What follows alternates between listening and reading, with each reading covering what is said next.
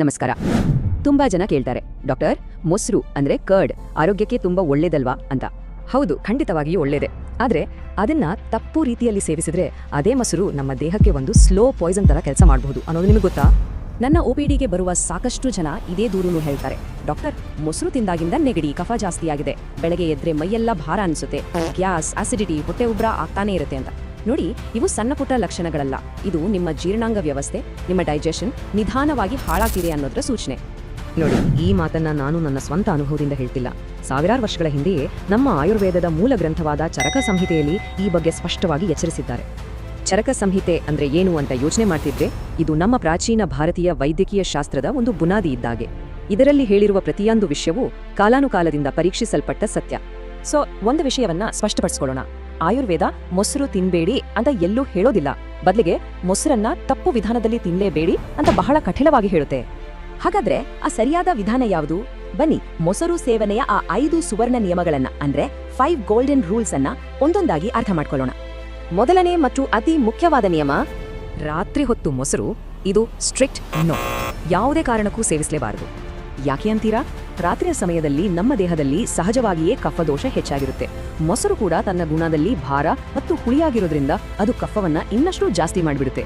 ಇದರಿಂದಾನೇ ಆ congestion, sinus problems ಎಲ್ಲ ಶುರುವಾಗೋದು. ಸರಿ, ಈಗ ಎರಡನೇ ನಿಯಮಕ್ಕೆ ಬರೋಣ. ಮೊಸರನ್ನ ಯಾವತ್ತೂ ಬರೀ ಹಾಗೆ ಪ್ಲೇನ್ ಆಗಿ ತಿನ್ಬಾರ್ದು. ಅದ್ರ ಜೊತೆಗೆ ಯಾವಾಗ್ಲೂ ಸ್ವಲ್ಪ ತುಪ್ಪ, ಎಲ್ಲ ಸಕ್ಕರೆ ಅಥವಾ 1 ಚಮಚ ಜೇನುತುಪ್ಪ, ನೋಡಿ ಇಲ್ಲಿ ಕೊಟ್ಟಿರುವಂತೆ ನೆಲ್ಲಿಕಾಯಿ ಪುಡಿ ಅಥವಾ ಹೆಸರು ಕಾಳು ಸೂಪ್ ಜೊತೆ ಬೆರೆಸಿ ಸೇರಿಸಬೇಕು.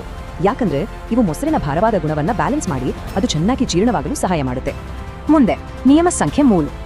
ಇದನ್ನ ದಯವಿಟ್ಟು ಗಮನವಿಟ್ಟು ಕೇಳಿ. ಬಿಸಿ ಮಾಡಿದ ಮೊಸರು ಅಂದ್ರೆ ಹೀಟೆಡ್ ಕರ್ಡ್ ಸಂಪೂರ್ಣವಾಗಿ ಟಾಕ್ಸಿಕ್. ಅದು ಒಂದು ರೀತಿ ವಿಷವಾಗಿ ಬದಲಾಗುತ್ತೆ.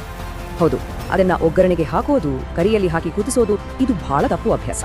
ಯಾಕಂದ್ರೆ ಬಿಸಿ ತಾಗಿದ ತಕ್ಷಣ ಮೊಸರು ತನ್ನೆಲ್ಲ ಗುಣಗಳನ್ನ ಕಳೆದುಕೊಂಡು ದೇಹದಲ್ಲಿ ಆಮ ಅನ್ನೋ ಟಾಕ್ಸಿನ್ಸ್ ಅನ್ನ ಉತ್ಪತ್ತಿ ಮಾಡುತ್ತೆ. ಇದು ಇಡೀ ಡೈಜೆಸ್ಟಿವ್ ಸಿಸ್ಟಮ್ ಅನ್ನೇ ಹಾಳು ಮಾಡುತ್ತೆ. ಈಗ 4ನೇ ನಿಯಮ. ಇದು ಕೇಳೋಕೆ ಸ್ವಲ್ಪ ಆಶ್ಚರ್ಯ ಆಗಬಹುದು, ಆದರೆ ಮೊಸರನ್ನ ಪ್ರತಿದಿನ ತಿನ್ಬಾರ್ದು. ಹೌದು, ಸರಿಯಾಗಿ ಕೇಳಿಸ್ಕೊಂಡಿದ್ದೀರಿ.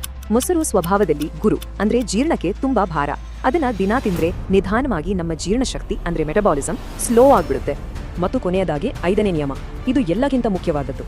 ಅರ್ಧಂಬರ್ಧ ಹೆಪ್ಪುಗಟ್ಟಿದ ಮೊಸರು ಅಂದ್ರೆ ಹಾಫ್ ಸೆಟ್ ಕರ್ಡ್ ಇದು ಮೋಸ್ಟ್ ಡೇಂಜರಸ್. ಯಾಕೆ ಗೊತ್ತಾ? ಯಾಕೆಂದ್ರೆ ಸರಿಯಾಗಿ ಹೆಪ್ಪುಗಟ್ಟದ ಮೊಸರು ನಮ್ಮ ದೇಹದ 3 ದೋಷಗಳಾದ ವಾತ, ಪಿತ್ತ, ಕಫ ಈ 3 ಒಟ್ಟಿಗೆ ಏರುಪೇರು ಮಾಡಿಬಿಡುತ್ತೆ. ಇದರಿಂದ ತೀವ್ರವಾದ ಅಸಿಡಿಟಿ, ಹೊಟ್ಟೆ ಉಬ್ಬರ ಈ ತರಹದ ಸಮಸ್ಯೆಗಳು ನೇರವಾಗಿ ಶುರುವಾಗುತ್ತೆ. ನೋಡಿ, ಈ ನಿಯಮಗಳನ್ನ ಪಾಲಿಸದಿದ್ದರೆ ಬರೀ ಗ್ಯಾಸ್, ಅಸಿಡಿಟಿ ಆಗುತ್ತೆ ಅಂತ ಅನ್ಕೊಳ್ಬೇಡಿ. ಚರಕ ಸಂಹಿತೆ ಪ್ರಕಾರ ದೀರ್ಘಕಾಲದಲ್ಲಿ ಇದು ಜ್ವರ, ಕುಷ್ಠದಂಥ ಗಂಭೀರ ಚರ್ಮ ರೋಗಗಳು, ಅಸೃಪಿತ್ತ ಅಂದ್ರೆ ಬ್ಲೀಡಿಂಗ್ ಡಿಸಾರ್ಡರ್ಸ್, ಪಾಂಡು ಅಂದ್ರೆ ಅನೀಮಿಯಾ ಮತ್ತು ಕಾಮಾಲ್ಯದಂಥ ದೊಡ್ಡ ರೋಗಗಳಿಗೂ ದಾರಿ ಮಾಡಿಕೊಡಬಹುದು. ಅಯ್ಯೋ, ಹಾಗಾದ್ರೆ ಏನ್ ಮಾಡೋದು ಅಂತ ಗಾಬರಿಯಾಗಬೇಡಿ.